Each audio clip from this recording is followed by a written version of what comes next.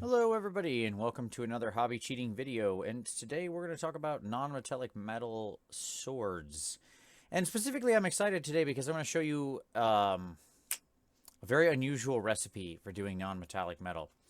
And it has to do with sort of the nature of color and how to use your paints in a fun way. So here we've got my Saint Celestine conversion that I've been working on. And we're going to do her sword. The rest of her is done and ready to go, but we've saved her sword for last. I haven't really done anything much on the sword. It's primed, and then I went ahead and did a very light white outline on the various, like a little edge highlighting on the edges of the blade, just so I could see where they were easier when I start painting. We're going to cover those over, and that's okay. So let's talk about colors. Well, we're going to be doing like a non-metallic metal steel, but we want it to look a little magical. But you could use this for any steel recipe, and this is where we're going to go strange. Because for this, we're going to use a little Huldra blue from scale 75, but any dark blue would work. And I'm going to use a little Mayhem red. White, or blue, and red. And I'm also going to grab some white. I've got some War Colors white. And this is where we're going to basically stop. Now, just in case, I've also put a little bit of Rift Green on my palette. It's a very dark forest green. But this is it. No black, no gray, white, red, blue are our primary choices. And I hear you.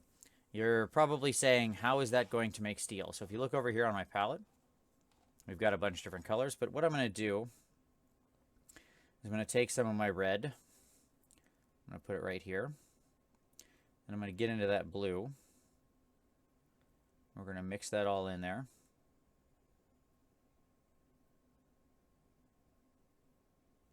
Okay. There we go.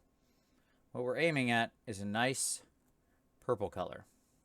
A very deep purple color.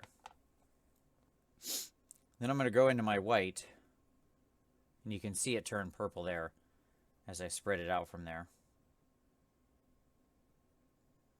As we make our little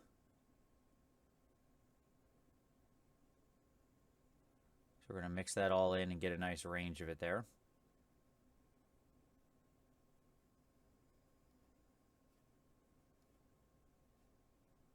Okay, so you can see we've got something that looks like that. All right. Now, if we want to push it any more in one direction, if we want to make our dark purple darker here, we could grab it, put it down here, grab a tiny little bit of the green, mix that in, and it's going to darken it right up. Our dark green is actually going to serve to turn this a little more black, because that's what we get. Now, the key to doing this with no real black is that you get a truer reflection of nature. By that I simply mean most things in nature don't actually have black in them. Manufactured things sometimes do, but reflections, especially what we're trying to do here with reflected steel, don't often have true black in them because there's always some kind of light emanating. Now, in this case, what I'm going to focus on here with you is this top part of the blade right here. So what I want this blade to do is to come down into a light point right here, okay? And then as it moves up, it's going to get darker. Okay? Simple enough. So we're going to start with some of our mid-tone purple-ish kind of color over here on the palette. And we're just going to go ahead and get some of that on there, right in that line.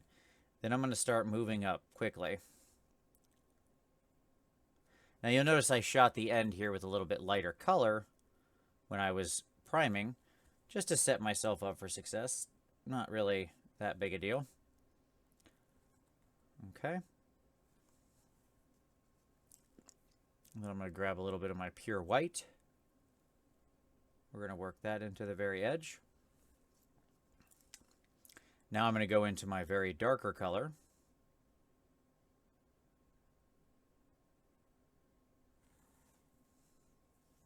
And we're going to push it up this way.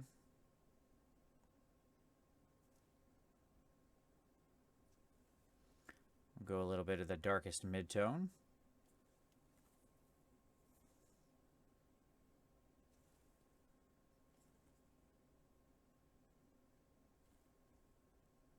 And we just very quickly, while it's still wet, and we're just wet blending it in, we just climb back and forth a few times.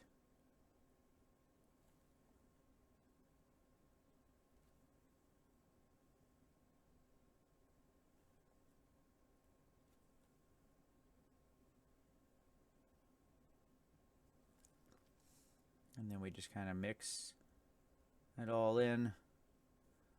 A little bit of wet blending. Go into our darkest color.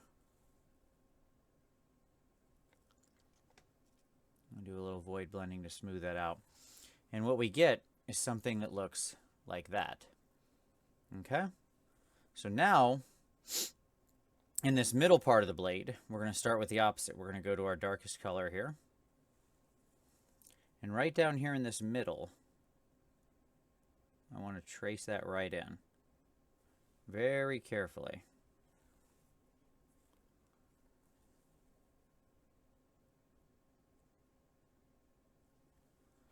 We're going to get up into our lighter color.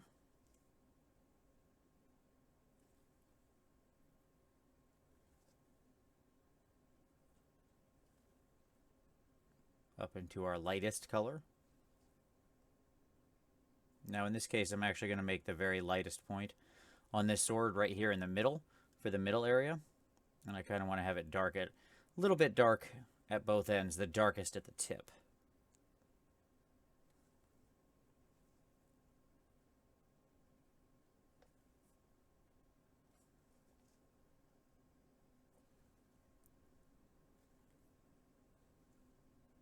And then we just kind of pull it up there. So now we get something like that. And we're just going to smooth that out a little bit.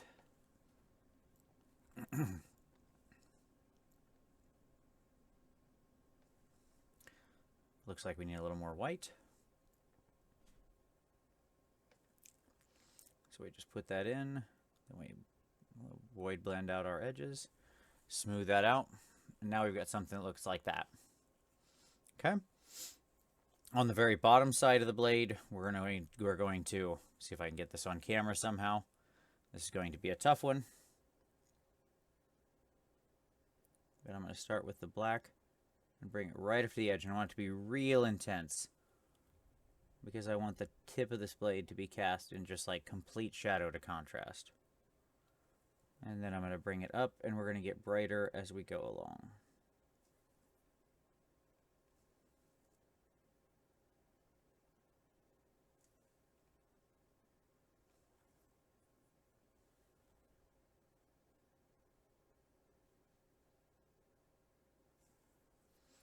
Okay. Then it's really just a matter of smoothing it all out. But you can see what you get is this nice sort of purple effect. And if we get into that and give that another edge highlight,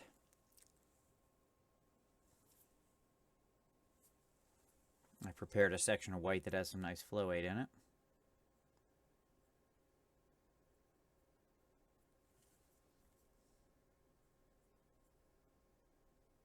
You're going to see how much that suddenly pops, and your eye is going to read that purple tone as gray.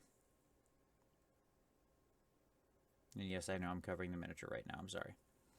Okay. And there you go. You can see now with those edges in there how that looks. So what we would do now is just reinforce those volumes, right? So right now all the coloration is fairly weak, which is fine. You could stop here if you wanted. It's a fun way to build your steel through these like red and blue colors. It's also a great way to work some of the red. The same red that's over here in her cape is now part of this. Your brain would never probably consciously realize that, but subconsciously it creates a little bit of harmony there because there's some of the same information being fed back to your brain. And you pick up on that stuff, even if you don't realize it. If you've ever looked at a particular miniature and it seems to just really balance well, Oftentimes that can be because the artist used a lot of the same color in all throughout the miniature in different places. They hid it. They hid it throughout. What we're going to do now is we're going to just go in and reinforce. You can see how I'm making some of these spaces darker. We're going to just reinforce some of the darks and the lights. Really push the contrast. As usual, the key with non-metallic metal of any kind is always to be pushing your contrast. You want to really set that off. So like here, my middle part here, it just isn't as bright as it could be. So I keep working in some white to just kind of build that up a little bit. Because we want that to really pop out there.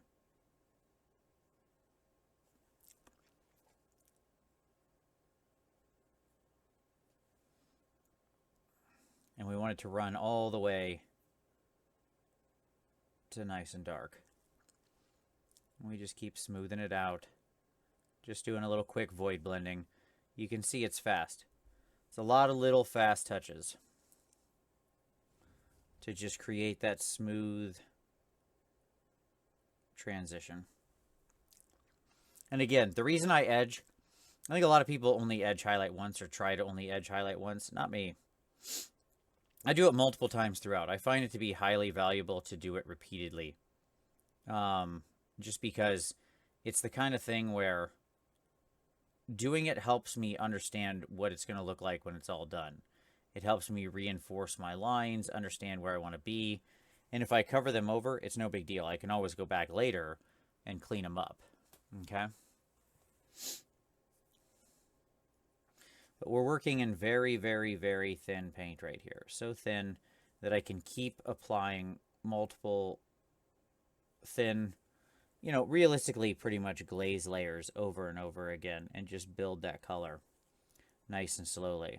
Even though it looks real intense when it first goes on, by the time it's all dry, it just kind of blends right in. And that's what we want.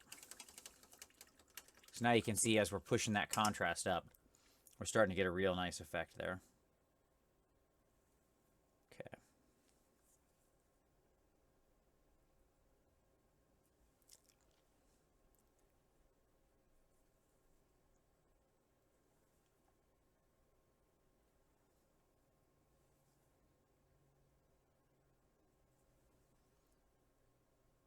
This is one of my favorite techniques for doing steel. It's very interesting. It has such a unique look because it has the purples in there, because it has the reds and blues and these kinds of combinations.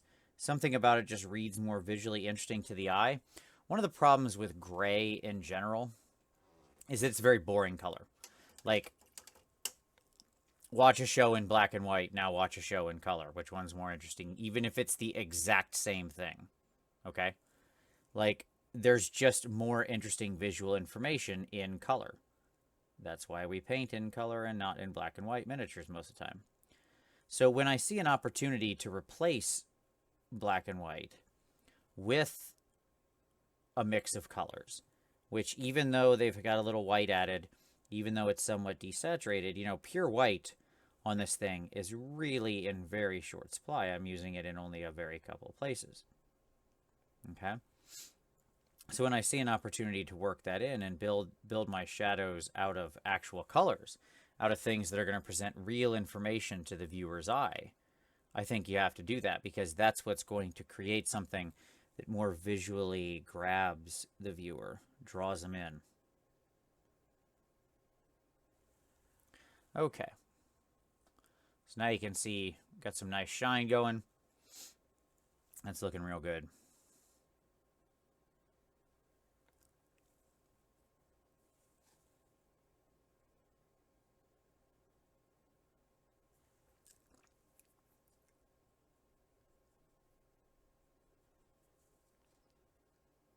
We just keep applying little thin glazes over and over again. If you've watched many of my videos, you know that if it's worth, as I always quote Sam Lenz, if it's worth doing once, it's worth doing 3 times. So what I do is just repeatedly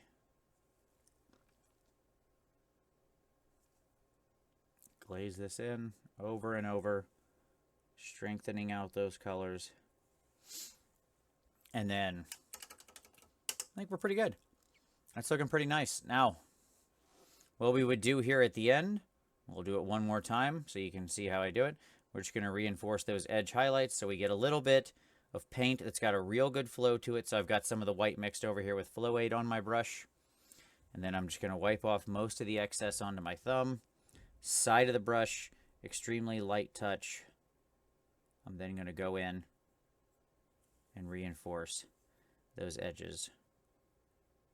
One of the things I'm often sad about with videos is you can't really tell the pressure that I'm pushing with here. But I assure you, it is next to zero. It is as close to zero as I can get. So, like, I am trying to get the brush near the sword.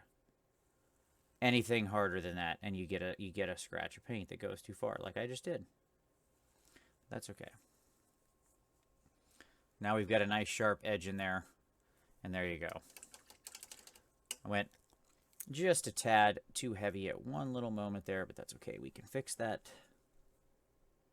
So we're just going to take some of that dark color. And there we go. So now you can see we've got a nice reflective blade in a very unusual color scheme, but that's still going to read as steel to the eye. So using red, blue, and white with just a little hint of green if you need to really deepen those shadows. One of my favorite recipes for non-metallic steel. You can play around with different reds and different blues. They will have different effects. If you use more desaturated reds and blues, they will look more faded. If you use really rich, like you could tell this was a pretty saturated red and blue. Like if you look at that, that's pretty red. You're going to get a fairly brighter purple, which I wanted in this case because she herself is a very bright model. But there you go. It's really that easy. You could, of course, also at the end take this up in other ways. Like once you've got this done, you could take a very, very, very thin blue, like a ghost tint or an ink, and work it down into an extremely thin filter and run it over there and turn the whole thing blue. And you're going to get a beautiful effect out of that if it's just a filter. And when I say thin, I mean as thin as you think I'm saying right now. It's about 5 times as thin as that.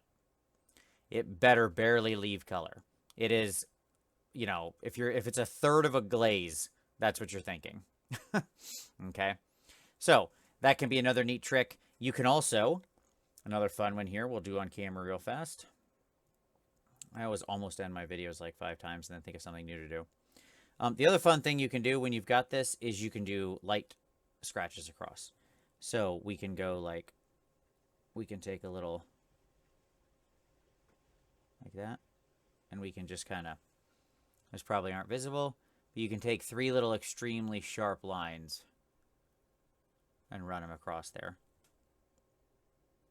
Can be a fun little trick to just add some extra reflection, because reflections tend to have vertical lines like that as well as ultra smooth horizontal. Helps to break it up a little. So, there you go. That's using red and blue for non-metallic steel for swords. I hope you enjoyed it. I hope you find that to be a compelling little look. I think it looks pretty cool. I'll probably play around with this some more, and obviously we got the other side of her sword to do. I'll push this along. I'll throw a photo at the end so you can see what it looks like when it's all done. But I appreciate you watching. Give it a like if you like it. Subscribe for more hobby cheating in the future. Share this with somebody if you think they would appreciate it. That is always the nicest thing you can do. And as always, we'll see you next time.